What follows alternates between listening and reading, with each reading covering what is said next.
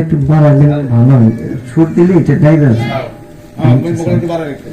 একটু বাড়াই দিলে ধন্যবাদ। গুরু ভক্ত চলার মধ্যে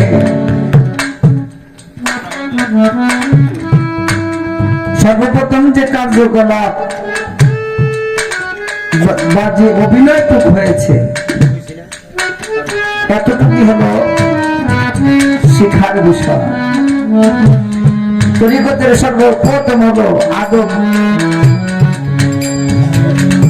যার মধ্যে আদব নয় জন্য কোন তরিকত।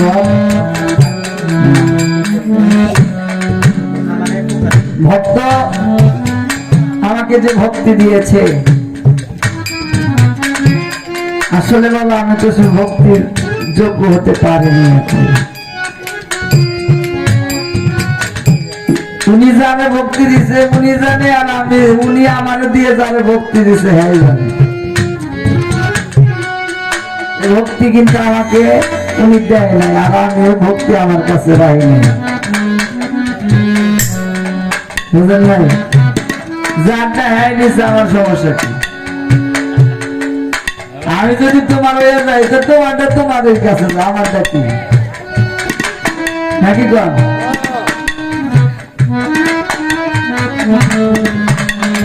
প্রথম যে বিষয় আমার কুদ্দুস ভাই দাঁড়িয়ে প্রশ্ন করলেন কি,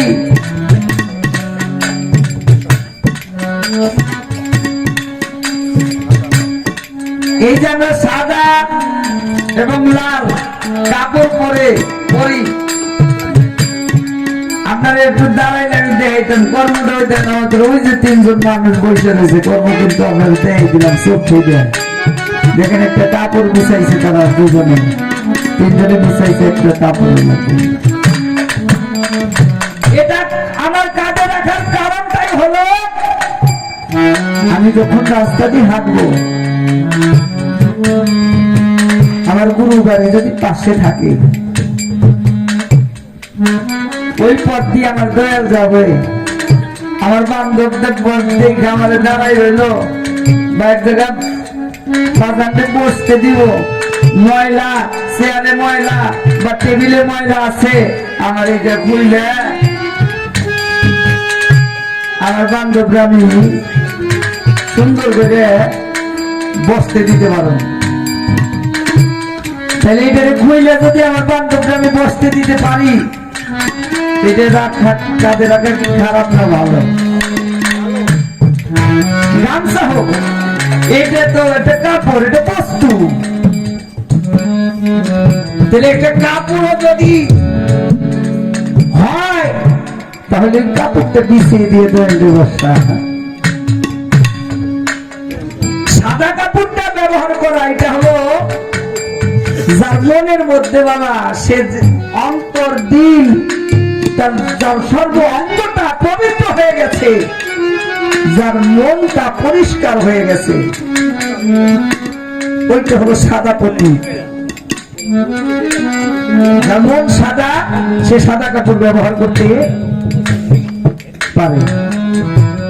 বিশেষ করে আমাদের তরিকতের মানুষগুলো এটাকে বেশি বেশি পছন্দ করে। যদিও হয় এই সাদা কাপড়টা ব্যবহার করতেছি,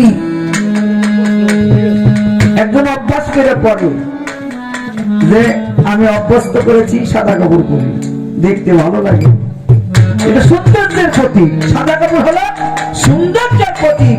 আর লাল কাপড়টা যেটা, এটা আপনাকে সে কারবালার বিষয়গুলো আপনাকে স্মরণ করে দিবে। প্রকৃতি লাল ব্যবহার যদি করে, আপনাকে কারবালা রক্তের দিকে সে টেনে নিয়ে যাবে। কারবালায় কি করেছিল আমার হোসাইনের জন্য,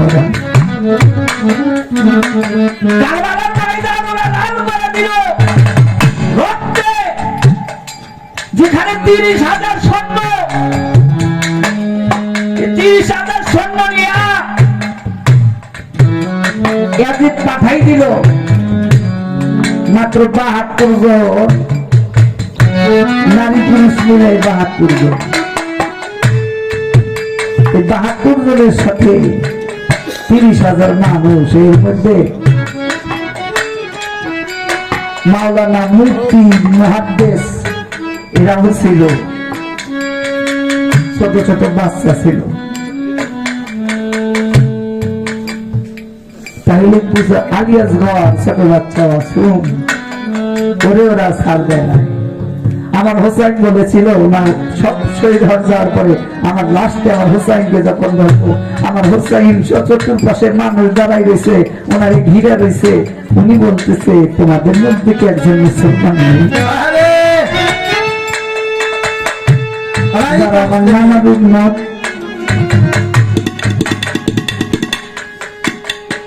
তোমাদের মধ্যে কি একজনও মুসলমান নাই? যে আমার পাশে দাঁড়ানোর মতো ভিক্ষার, হে মুসলমান, তোমাদের কাল হাসরের মাঠে তোমরা কি জবাব দিও আমার নানাদের কাছে?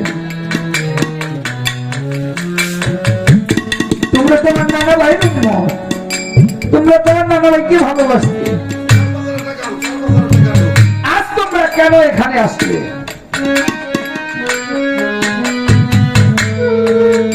এখানে তোমরা কেন আজ আমাকে শহীদ করেছে? হোসাইন বললেন আমি ধন্য, কারণটা হলো কি, আমি আমার নানা লোকের জন্য আমি শহীদ হয়ে গেছি।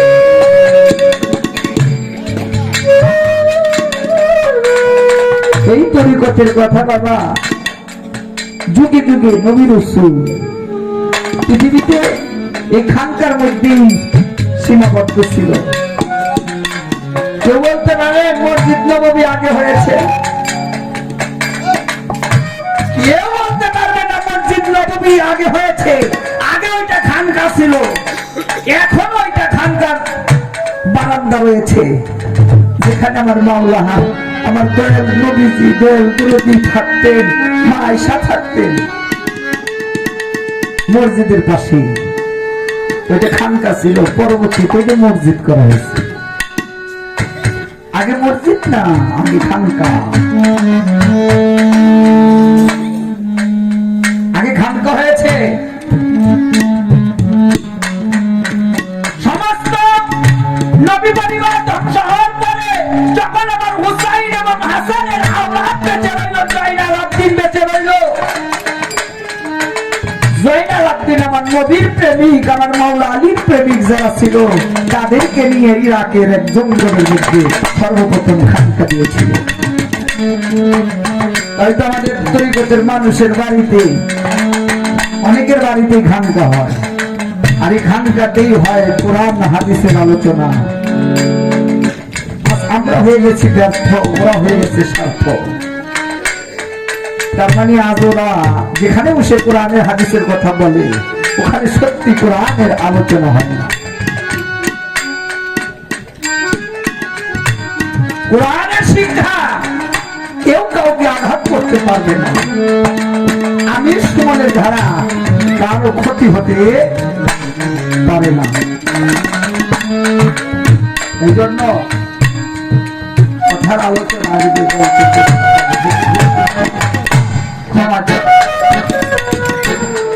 এবার গানের মধ্যে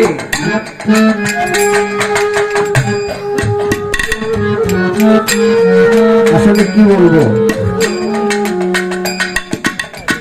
দেহের মধ্যে সূর্য এবং চন্দ্র, সূর্য এটার গ্রহণ লাগে, চন্দ্র গ্রহণ হয়, সূর্য গ্রহণ হয়। দেহের মধ্যে সূর্য প্রতি কোনটা, চন্দ্রের প্রতি কোনটা। গানের মধ্যে বলা হয়েছে পঞ্চমুখে কথা বলে 7টি সন্তান গর্ভেতে, 3 পেয়ে এক মানুষ এলো জগতে। কি বলবো তার রূপের বাহার, 40 জন তার ভাই বিরাদার। স্বামী তার সঙ্গে থাকে, থাকে না সে দূরেতে। 12 মাসে জন্ম নিল ভাই বোন তাহার, সঙ্গে ছিল 60 হাত লম্বা ছিল, কম বেশি ছিল না তাতে। 24,000 আরো লাখে হায়াত তাহার লিখে, 18,000 লাখে লাখে তাহারও আহারেতে। তবু তাহার পেট ভরে না, একই রে আজব যন্ত্রণা। তেলেসমাতি কারবার, তেলেসমাতি খুঁজলে পরে পাওয়া যায় তার পেটেতে। এবার আছে শুনি ঘরে ঘরে, কেউ না তারে চিনতে পারে। সত্য গুরু না চিনাইলে চিনব তারে কেমনে। হাজাইয়ার আলম কয়, শুনিলে তাহার পরিচয়, জানতে পারলে থাকতো না ভয়, সমন যাইত দূরেতে। 3 পেজ। পঞ্চমুখে কথা বলে 7টি সন্তান গর্ভেতে। পঞ্চমুখ, 7টি সন্তান, 7টি সন্তান তার গর্ভেতে। তাহলে বাবা গানের মধ্যে অনেক কথা আছে, বলার চেষ্টা করবো। গান দিয়ে গানের জবাব করলে কেমন হয়? সবচেয়ে বেটার। হ্যাঁ, আমি আবার অন্য মানুষ তো, যদি পারি গানের জবাবই করি। আজকে বলে যে আমাদের সোহান ভাই পালা বাজাইছে, গুরু আর নুরু ভাই, গুরু আর নুরু ভাই। তাহলে গান দিয়ে গানের জবাব করি, এটাই ভালো হয়। এইটাই ভালো হয় না, সে জায়গা।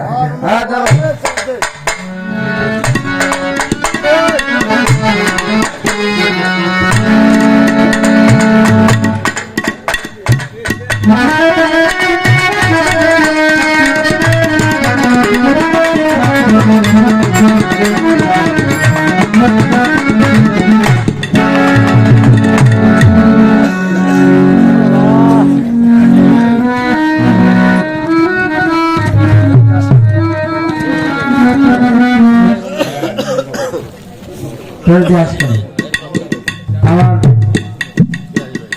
দয়াল করে দেওয়ার বড় ভাই আমার দয়াল বাবা হাজত খাজা মদিনী চিস্তি রহমতুল্লাহ গোলাপ দয়াল বাবা সেলিম আল চিস্তি জানি বাবা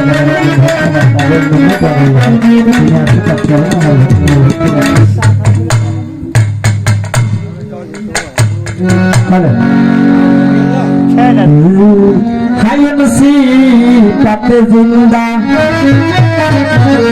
অন্দর বাহির কারিগর তাতে জিন্দা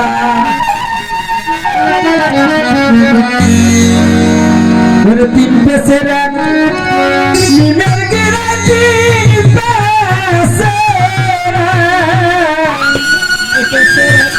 নিমের গিরাতি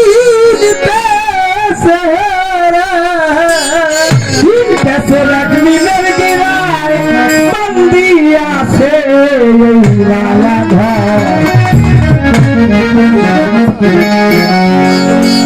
বাজান রে হায়ুনসি তাতে জিন্দা তিনটে এই যেটা কয়টা পাতে যারা তিনটা পাতে এই আমাদের গলার মধ্যের ভাগে একটা ভাগ নাভি থেকে গলা পর্যন্ত একটি ভাগ নাভির নিম্নদেশ পর্যন্ত একটি ভাগ তিনটা ভাগ ওখানে বলা হয়েছে তিন পেসের এক মানুষ এই জগতে এই তিনটে পেজ দিয়ে মানুষটা মায়ের গর্ভ তিনটে পেজ দিয়ে একটা সন্তান থাকে দেখবেন একটা শিশু ওই কিন্তু দেখবেন হামাগুড়ি দিয়ে তিন পাও মাথা এবং দেহটা তিনটা পাটে উঠে ভেউ করে থাকে এইটা হলো তিনটা পা তিন পেছের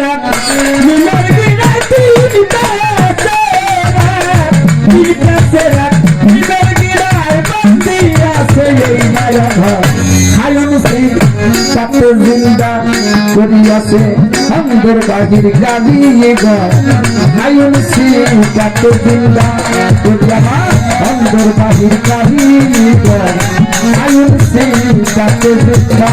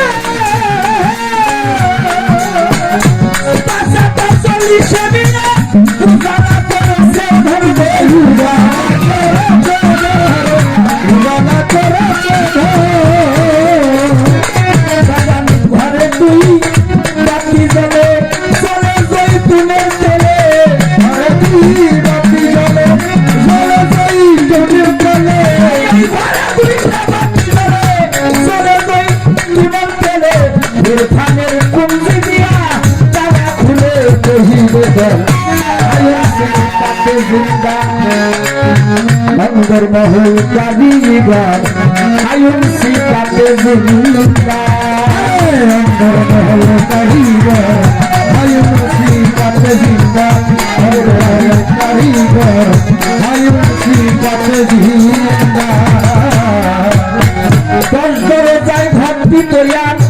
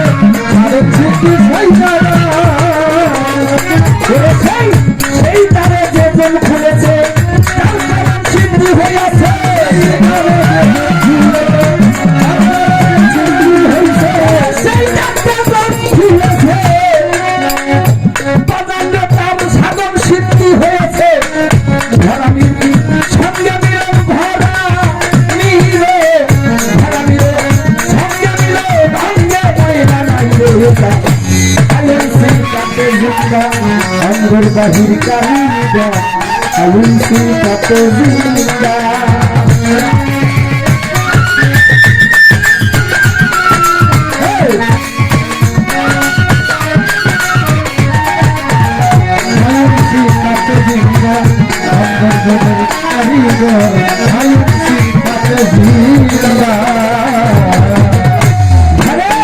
যদি মুখটা ছোড়া চান্দি থাকে তাকে তাকে বোঝাই রে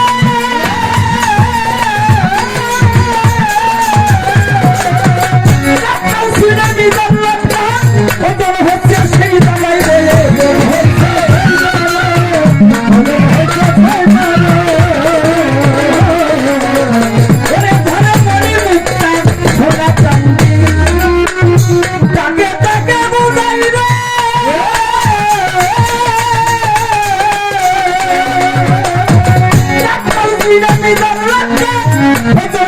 সেই দামাই বলে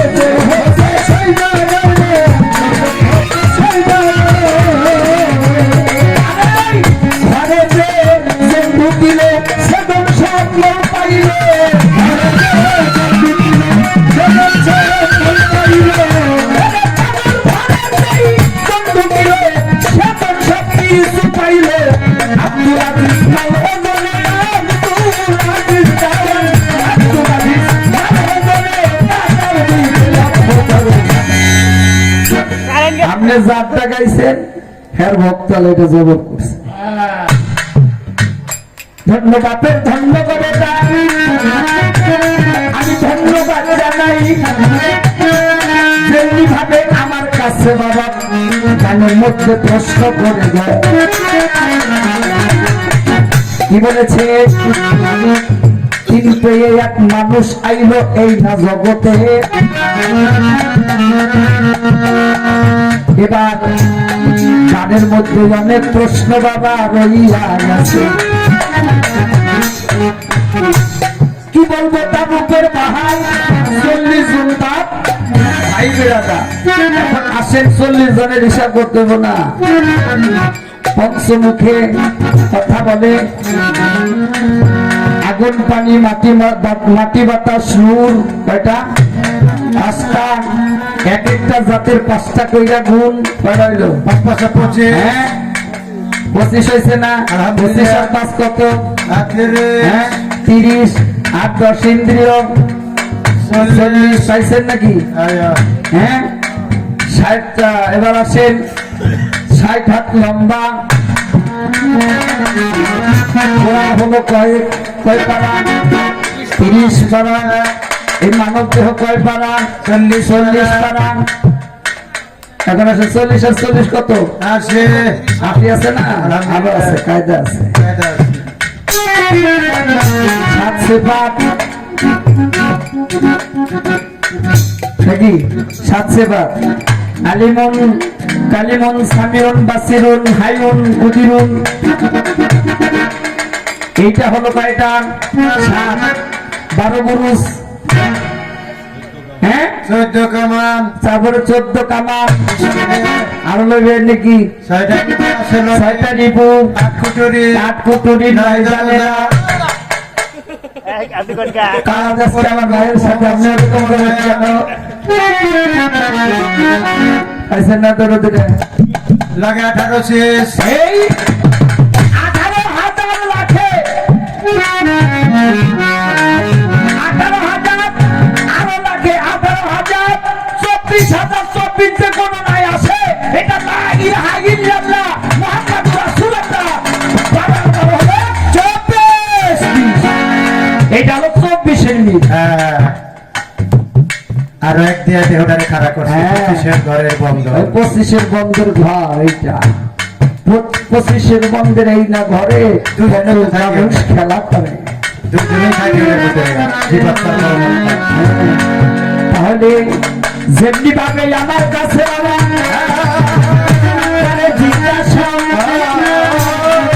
আমার যতটুকু জানা আছে বাবা করলাম দিচ্ছিস এবার আসেন সূর্যের উঠিয়ে এর গুণটা হলো গরম দেয় নাকি সূর্যে কি তাপ দেয়া, তাপ আলো দেহের মধ্যে আগুন, দেহের মধ্যে আগুন আছে কিনা? আছে। তাহলে সূর্য চন্দ্র যেটা এটা থাকে আলো দেয়, এই আলো দেয় দেহের মধ্যে। চন্দ্র যখন উদয় হয় তখন ওখানে তোমার চন্দ্র গ্রহণ লাগে, দেখবা তোমার শরীরটা তখন, যখন তোমার চন্দ্র উদয় হয়, চন্দ্র উদয় হওয়ার সময় দেখুন চন্দ্র যখন অগ্নির মধ্যে সে বের হয় তখন চন্দ্র কেমন দেখে, গ্রহণ লাগে কিনা? তখন তোমার ভুবন সব কিছু অন্ধকার হয়ে যায়, তখন তোমার কাছে আর কোনো কিছু ভালো লাগে না। এইটা হলো চন্দ্রের প্রতিফল। রাতে আধারে, আধারে কি আলো দেয়, তোমার এই দেহটা অন্ধকারে ডুবিয়া রয়েছে। ওই চন্দ্র যখন তুমি ধরে রাখবে তোমার ওই দেহের ভিতরে, দেখবে কি আস্তে আস্তে ওই চন্দ্র তোমার দেহ আলোকিত হইয়া যাবে। আলোকিত হইয়া গেলে ওই আলোর মধ্যেই আমার আল্লাহ বিরাজ করে। এই যখন চন্দ্র উদয় হয়ে যাবে ঘরটি আলোকিত হয়ে যাবে, আর যখন আলোকিত হয়ে যাবে তখনই হয়ে যাবে কুলবিল মুমিনিন মাশাআল্লাহ। মুমিনের কালবের মধ্যে আল্লাহর আরশ, এই আরশ যদি আল্লাহর একটি ঘরের মধ্যে, যে ঘরে আল্লাহ থাকবে নিশ্চয়ই ঘরটা ভালো মতো পরিষ্কার করে রাখতে হবে নাকি? তাইলে কি দিয়া পরিষ্কার করতে হবে বাবা? তাও বলি না যাই কোরআনেতে এর মধ্যে বাবা আল্লাহ বলে দিয়েছে, তাই কি এটা পরিষ্কার করার মেশিন আছে। কি মেশিন? কোরআনের মধ্যে সূরা মারিজের 23 নম্বর আয়াতের মধ্যে আল্লাহ বলতেছে ইন্নাল মুসাল্লিন আল্লাযিনা হুম আলা সালাতিহিম দাইমুন। কি বলছে? ইন্নাল মুসাল্লিন আল্লাযিনা হুম আলা সালাতিহিম দাইমুন। ওই ব্যক্তি মুসল্লি যে সদাই সর্বদা সালাত করে, জিকির করে। লা সালাত আল জিকরি, সর্বোত্তম হলো জিকির। এবার আসেন, এত কিছু বাবা আদম আলাইহিস সালাম কয় রাকাত নামাজ পড়ছে বাবা জীবন বইতে? 2 রাকাত। আচ্ছা, আমাদের আদি পিতা ইব্রাহিম আলাইহিস সালাম কয় রাকাত পড়ছে নামাজ জিন্দেগিতে? 4 রাকাত। 4 রাকাত। আচ্ছা, ইউনূস আলাইহিস সালাম কয় রাকাত পড়ছে নামাজ জিন্দেগিতে? 4 রাকাত। আচ্ছা, মুসা আলাইহিস সালাম কয় রাকাত? 3 রাকাত। ঈসা আলাইহিস সালাম উনি পড়ছেন ওনার জিন্দেগিতে হলো 4 রাকাত। আচ্ছা, আমার নবী পড়ছে ওনার জিন্দেগিতে কয় রাকাত? কয়ালাম হ্যাঁ, সাহস করে কয়ালাম, ওখান কয়ালাম হ্যাঁ 4 রাকাত। 3 রাকাত বেতের, এটা দোয়া না না, এর কথাটা আপনি উল্টাই দিয়েন না। এইটুকু আমার নবীজির সালাত। এই বেতের সালাতটাই হলো আল্লাহ রাসূল যিনি মিরাজ রজনীতে উনি আদায় করেছিলেন, এইটাই আমার নবীজির সালাত। এই কথা ফেলাই দিয়ে যাবেন। 1 রাকাত পড়েছিলেন আল্লাহর জন্য, 1 রাকাত পড়েছিলেন তার পিতামাতার জন্য, তার নিজের জন্য। দেখবেন আমরা যখন আত্মাহিতুর বৈঠক করতে বসি তখন ওনার পিতামাতার কথা মনে পড়লো, উনি ওখানে দাঁড়িয়ে সালাম দাঁড়িয়ে আবার সূরা ফাতিহা পড়ে দোয়া কুনুত পড়ে উনি আবার রুকুতে গেলেন, রুকুতে সিজদা দিয়ে নামাজ শেষ করলেন, ঠিক কিনা? তাইলে এটা হলো আমাদের নবীদের বিষয়, তারা এই 1 রাকাত নামাজ পড়ছে। কিন্তু ফকিরা আল্লাহ রাসূল উনি তো যেভাবে আমাদেরকে সালাত শিক্ষা দিয়েছে, এই সালাতের মধ্যে তো দিদার হওয়ার কথা ছিল। দিদার না, দিদার মালিকের দিদার। সালাত শব্দের অর্থ হলো স্বয়ং স্মরণ, দেখাশোনা। তাহলে যদি সালাত শব্দের অর্থ যদি স্মরণ সংযোগ হয় তাহলে আমাদের সালাতটা মনে ঠিক মতো হয় না। ঠিক না খাজা বাবা চিস্তি ওরা একটি গানের মধ্যে আছে পীরের বাড়ি ভক্তের কাবা যে কইরাছে জিয়ারে বাবা যে কইরাছে জিয়ারে সহায়তা আমার মুরাদ সহায়তা আমার মুরাদ আইছে বাজারে আমার পীরের বাড়ি ভক্তের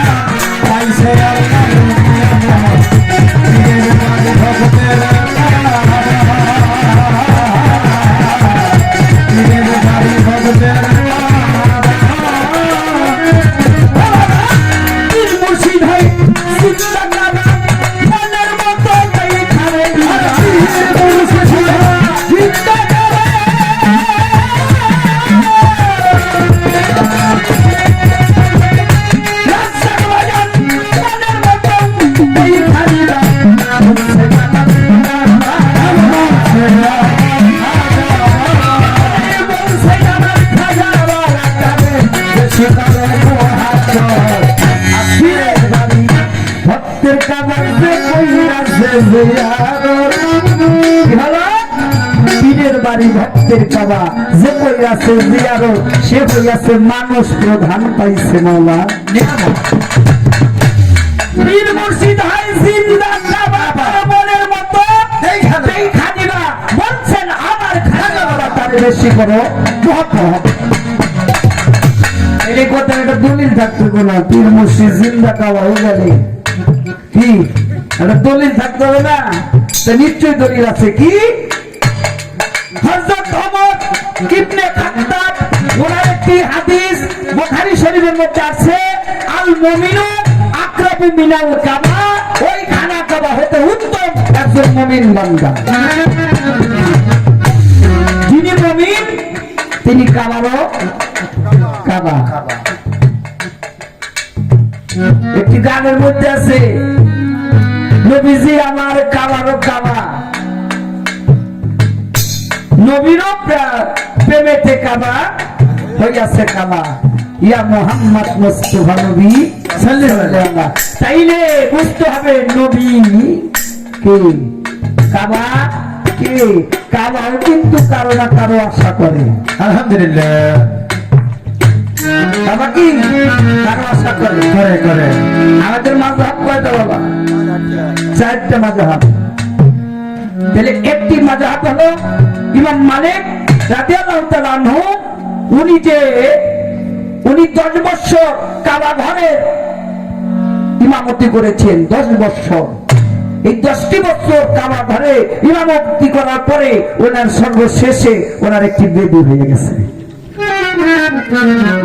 একটি বেদি হয়েছে তাহলে এই বেদি যখন হয়ে গেছে তাহলে ওনার তো ইমামতি চলবে না চলবে রোগে আক্রান্ত ব্যক্তি ইমামতি করতে পারবে পারবে না উনি ওনার কাবা ঘরের যারা সভাপতি সেক্রেটারি যারা ছিল তাদেরকে ডেকে বলতেছে শুনেন আমার একটি বেদি হয়েছে আমি আর এই কাবা ঘরে আপনাদেরকে নামাজ পড়াইতে পারবো না আর যে ব্যক্তির বেদি হয় ওই ব্যক্তি ইমামতি করলে আপনাদের নামাজ সভাপতি সাহেব ওনাকে ডেকে বলতেছে মালিক সাহেব আপনার এমন কোন বেদি হয়েছে বলেন আপনাকে পৃথিবীতে যত বড় ডাক্তার আছে আমরা আপনাকে দেখাবো আপনার রোগ মুক্ত করে ছাড়বো ইমাম মালিক রহমাতুল্লাহ আলাইহি বললেন ভাই আমার এমন কোন বেদি হয় নাই তো এমন যে বেদি হয়েছে দুনিয়ার কোন ডাক্তার ভালো করতে পারবে না উনি বললেন তো বলেন না মালিক রহমাতুল্লাহ আলাইহি বলতেছে শুনেন আমার একটি বেদি হয়েছে আমি যখন সালাতে দাঁড়াই নামাজের জন্য নামাজে ইমামতের দোয়া করে দাঁড়াই আমি যখন তাকবীর দিয়ে দাঁড়িয়ে থাকি আমার মনটা কাবা ঘরে থাকে না আমার মনটা চলে যায় সোনার মদিনা শরীফ তাহলে যার মনটা স্থির না থাকে সালাতের মধ্যে না থাকে মনটা চলে যায় সোনার মদিনায় তাহলে তার নামাজ পড়াতে হবে না আর আমার তো নামাজ হবে না, আপনাদের নামাজ হবে না, তাইলে আমার আপনারা মাফ করে দেন। আপনাদের ইমাম মালিক রহমতুল্লাহ আলাইহিকে বিদায় দেওয়ার জন্য সাজিয়ে রেখেছে। ওনাকে বিদায় করার জন্য যা কিছু প্রয়োজন ফুলের মালা দিয়ে বিদায় করার পরে উনি যাবার পথে যার সামনে দাঁড়িয়ে উনি সালাত আদায় করছে তার কাছে যাইবে। কাবা ঘরের কাছে যাইয়ে উনি বলতেছে, কাবা 10টি বছর তোমাকে সামনে রেখে আমি সালাত আদায় করেছি, আজ আমার ব্যাধি হয়েছে, যখন আমি নামাজে দাঁড়াই আমার মনটা এখানে থাকে না, সোনার মদিনায় চলে যায়। আমাকে তুমি মাফ করে দিও, আমি যদি কোনো ভুল ত্রুটি করে থাকি ক্ষমা করে দিও। কাবা আমার মালিকের কাছে, আল্লাহর কাছে বলে, মালিক তুমি আমার জবানটা যদি একটু খুলে দিতে, আমি মালিকের সাথে যদি কথা বলতাম, ও মালিক একটু দয়া করো। গাইবি আওয়াজ আসছে এবং কাবা ঘর যেমন ঘাম পড়লে, বাবা শরীর থেকে ঘাম পড়লে যেমন মসৃণ ধরে পানি ঘাম ধরে, কাবা ঘর ঘামাইয়া দিতেছে, কাবা ঘর থেকে ঘাম পড়তেছে, কাবাও কাঁদতেছে। আর বলতেছে, ইমাম মালিককে বলতেছে, ইমাম মালিক তুমি তো জানো না তোমার তো জন্ম ভঙ্গ হয়েছে, তোমার দুটি পা আছে, তুমি হাঁটতে পারবে, মালিক তুমি যার জন্য পাগল হয়েছে, আমার মালিক যদি আমাকে দুটি পা দিত, আমি তোমার আগে চলে যেতাম ওই সোনার মদিনায়, আমি তোমার কাছে তোমাকে এখানে আমি থাকতাম না। আমার মালিক দুটি পা দেয় নাই, তোমার যেমন জন্য। ইমাম মালিক রহমতুল্লাহ আলাইহি সেখান থেকে বিদায় নিয়ে যতদিন পৃথিবীতে ছিলেন, মদিনায় ছিলেন, জীবনে 5 স্যান্ডেল জুতা পাই যায় নাই, কোনদিনও জুতা পাই যায় না। এই জন্য আমরা আল্লাহর দরবারে গেলে অনেকেই আছে আমরা জুতা পরি, এই জন্য বাবা গুরুপাতি যে বিশ্বাস যতটুকু থাকা প্রয়োজন সেটা হলো কি কতটুকু থাকতে হবে। ইকরাদিব নাই মুরিদু পীর হলো যাতে খোদা, পীরকে যারা খোদা রূপে ভাববে না ওদের মুরিদ হওয়াটাও হবে না। তার কারণটা কি আল্লাহ নিজেই বলছে, ওলির আমার বন্ধু, ঠিক কিনা? ওলির আমার বন্ধু। কোরআনের সূরা নিসা 151 নম্বর আয়াতের মধ্যে আমার আল্লাহ বলে দিলেন কি, সাবধান আমার হতে আমার বন্ধুদেরকে তোমরা পৃথক ভাবিও না, যদি পৃথক ভাবো তোমরা কাফের হয়ে যাবে। পীরেরা খোদা না, খোদা থেকে জুদা না। আমার শালাল বাবা খোদা না, খোদার জাতের সাথে মিশা গেছে। আল্লাহ পাক পবিত্র কোরআন শরীফে বলেছে কি, উনি বলতেছে তুমি আমার রঙে রঞ্জিত হয়ে যাও, সিদরাতাল্লাহি মান আওসানু সিদরাতা, তোমরা আমার রঙে রঞ্জিত হয়ে যাও। যে আল্লাহর রঙে রঞ্জিত হয়ে গেলে বাবা সোনার হলুদ কি এক থাকে না, 2 হয়ে যায়, 1 হয়ে যায়। তাহলে আল্লাহর জাতে যারা মিশে গিয়েছে, আমার বাবা ভান্ডারি, আমার নিজাম বাবা ভান্ডারি, মুজিব বাবা, এরা হলো জিন্দাউদি। আল্লাহ রবিরা কখনো মরে না বাবা। এই যারা অনেক আছে আমাদের এই সমাজের মধ্যে, যারা ভাইরাস, এটা হলো অ্যান্টি ভাইরাস। আমার রাসূলের সময় এই অ্যান্টি ভাইরাস ছিল, মাওলানা আলীর সময় এই অ্যান্টি ভাইরাস গুলো ছিল। মাওলানা আলীকে কাফের ফতোয়া দিয়েছে, আল্লাহ রাসূলকে বিশ্বাস করে নাই। ওরা বলতেছে আপনি হুজুর, আপনি আত্মীয়তা বজায় রাখতেছেন, আপনি বেবিচার করতেছেন, আপনি ইনসাফ করতেছেন না, আপনি বেইনসাফি করতেছেন। কোথায়? গনিমতের মাল ভাগ করার সময় যুলখুয়াইস নামের একজন সাহাবী ছিল, ওই যুলখুয়াইস কি করলো? হুজুরকে বললেন, হুজুর আপনি বেইনসাফি করতেছেন, আপনি আত্মীয়তা বজায় রাখতেছেন। আল্লাহ রাসূল বিয়াদব বলে ওনাকে তাড়িয়ে দিল। ওমর রাদিয়াল্লাহু তাআলা নবী তরবারি বের করে বলে, হুজুর আপনি অনুমতি দিন, যুলখুয়াইসের গর্দান ফেলাই দিন। আল্লাহ রাসূল বলে, তুমি ধৈর্য ধরো। ওই একটু পরে নামাজে দাঁড়ায়, এই যুলখুয়াইস ঘুমাইল, মুখ দিয়ে আল্লাহ আল্লাহ শব্দ আসতো। তার এর জন্য না যে আল্লাহ মুমিন হয়ে গেছে না, তো মুখ দিয়ে যতই আল্লাহ আল্লাহ করে, ওর ভিতর চালো মুনাফিকি। তার মুনাফিক হলো আল্লাহর শত্রু, মুসলমানের শত্রু। এটা এখনো আছে, পৃথিবীতে যতদিন থাকবে গ্রুপ থাকবে। আল্লাহ রাসূলের সময় ছিল, এখনো আছে, আর বাকি জন্ম থাকবে। এদের সাথে দ্বন্দ্ব। মুহাম্মাদি তরিকতে যারা চলে, মুহাম্মাদি পাক জাতকে যারা ভালোবাসে, আল্লাহকে যারা ভালোবাসে, এদের সাথে ওদের সাথে এই দ্বন্দ্বটা লেগেই থাকবে। যারা কোরআনের কথা, আমি যে আয়াত বললাম বাবা, এটা কোরআনের আয়াত না অন্য কিছু কইছি। তাহলে আমিও যেটা কইতাছি ওরাও এটা যদি কইতো, মানুষ কখনো অন্যায় কাজ করতে পারে। অন্যায় কাজ কেমনে করবে? এক মানুষ আরেক মানুষকে কেমনে মারবে? এটা ইসলাম ধর্ম গ্রহণ করে না। উগ্রবাদীটা এটা ইসলাম ধর্মে না। এই উগ্রবাদীটা হলো এদের একটি ধর্ম আছে, এরা হলো ইসলামিক ধর্মের লোক।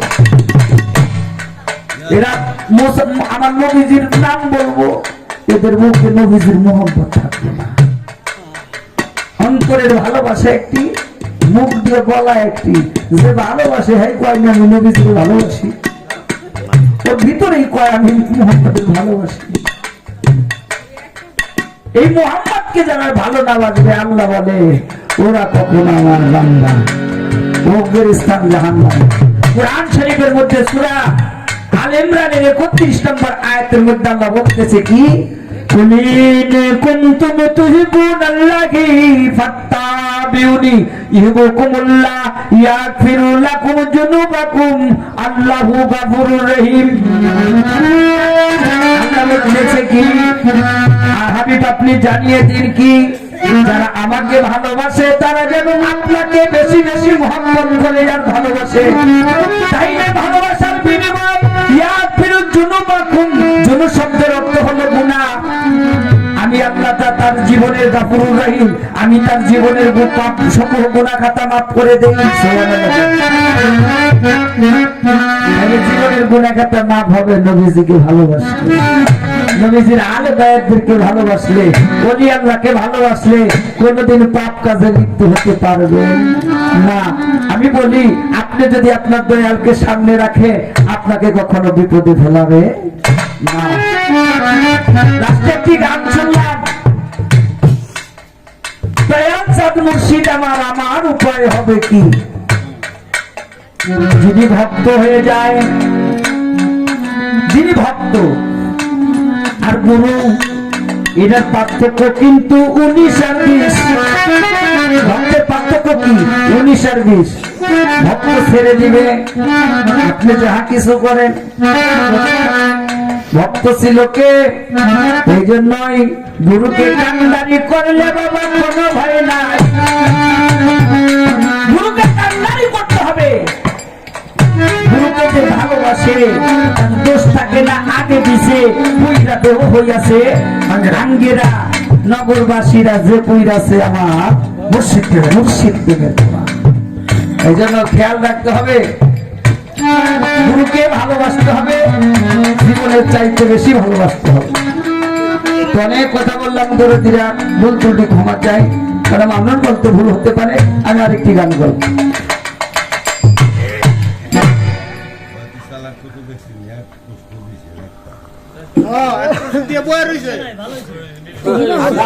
বসেন, আমিও দিতে আসছি বাবা। শিষ্য টাকার গান হইতে আছে না, এই আস্তে আস্তে আস্তে আস্তে আস্তে টাকার গান হইতে আছে তো বাবা। আমাদের কোরআন দিয়ে আপনাকে একটি প্রশ্ন করি, আলহামদুলিল্লাহ। কোরআনের মধ্যে আমাদের যেমন 29টা বা 30টা হরফ ব্যবহার করা হয়েছে, ভক্তের কোন হরফ দ্বারা ভক্তকে বোঝানো হয়েছে আর কোন হরফ দ্বারা এই ভক্তের যে দেহের মধ্যে বাবা ভক্ত লিখতে কি লাগে, এই ভক্তের লিখতে যে বিষয়গুলো দেহের মধ্যে আছে 2টা বা 3টা হরফ ভক্ত লিখতে, বাংলায় লিখতে গেলে কয়ত নাকি ভক্ত, তাহলে ভক্ত লিখতে গেলে এটার একটি ভাবদার আছে। তবে ভক্ত শব্দের অর্থটা কি, এটা দিয়ে কি বুঝাইছে, এবং কোরআনের মধ্যে ভক্তের বিষয় বা এই 30টা হরফের মধ্যে কোরআন শরীফের মধ্যে এই 30টা হরফের মধ্যে কোন হরফটা ভক্তের, যেটা তোমার পড়াইছেন নি আগে? না পড়াইলে ভক্ত শিখাননি, ভক্তের পড়াইছেন নি? হ্যাঁ পড়াই তো ভক্ত বানাইছি। হ্যাঁ কিন্তু কইছি আপনি সবই কইছেন না, হ্যাঁ করে জানান না। হ্যাঁ কি জানবো? জানবো ওই দিলাম কইয়ে জানোই? হ্যাঁ জানি। বুঝছেন কুলো? হ্যাঁ বুঝছি। আমরা কিন্তু সব বুঝে আনছি। হ্যাঁ বুঝছেন। আয়া হ্যাঁ না না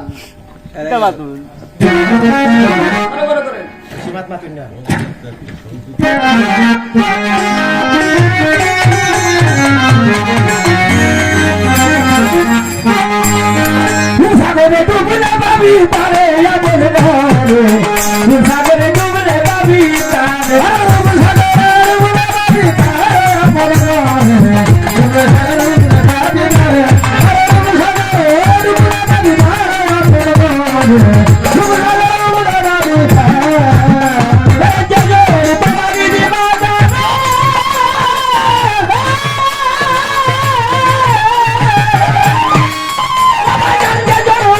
দিবানা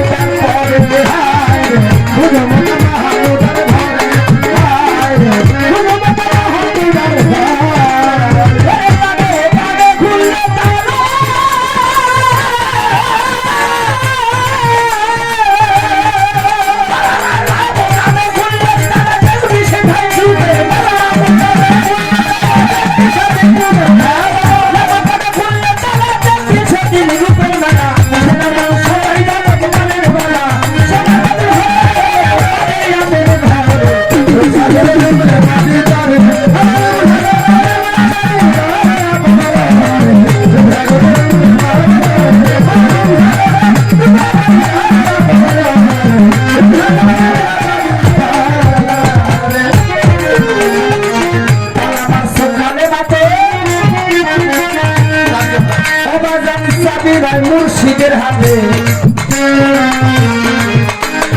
নিজাম দিলে কেমনে খুলতে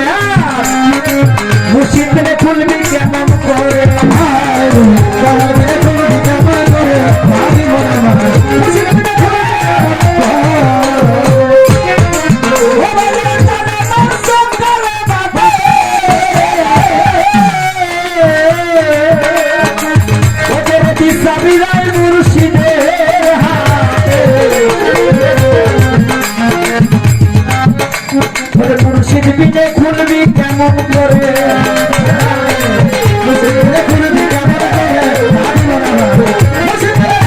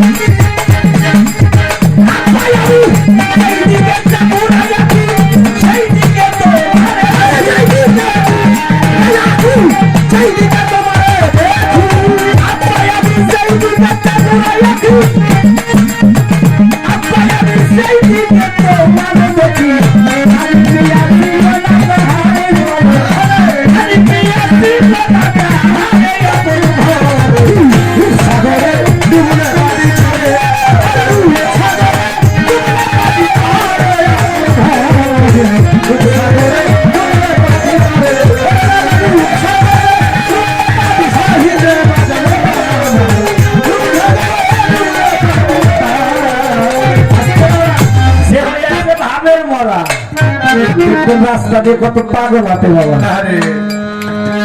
আমার জীবনে মনে হয় আমার এলাকায় একজন পাগল ছিল ওনার নাম হলো রহমান পাগলা আমার এলাকায় 2006 এই টাইমে 1-2 এর সময় চেয়ারম্যানই করছে আমার দাদা শাহাবুদ্দিন নাম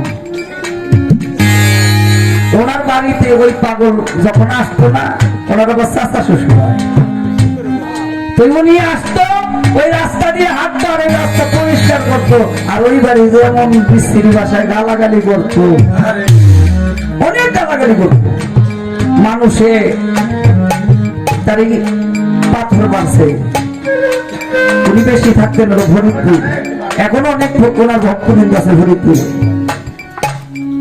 উনি ফরিদপুর লোকাল বাস আছে না বাবা ওই বাসের ছাদে দাঁড়াইয়া উনি কখনো ভিতরে যাইতো না যদি যারা চিনতো না ভিতরে নিতে চাইতো ওরা বলতো ভিতরে যাবো কি নেবে হিয়াল কুত্তা ভিতরে ওখানে শিয়াল কুত্তা ওর মধ্যে আমি যাবো না আমি উপরে যাই এমন করে গাড়ি চলতেছে হাতে আমরা দিয়া এইভাবে উনি যাইতে অনেক সময় দাঁড়াই যাইতো পয়সা যাইতো পাগল মানুষ যেভাবে যাইতো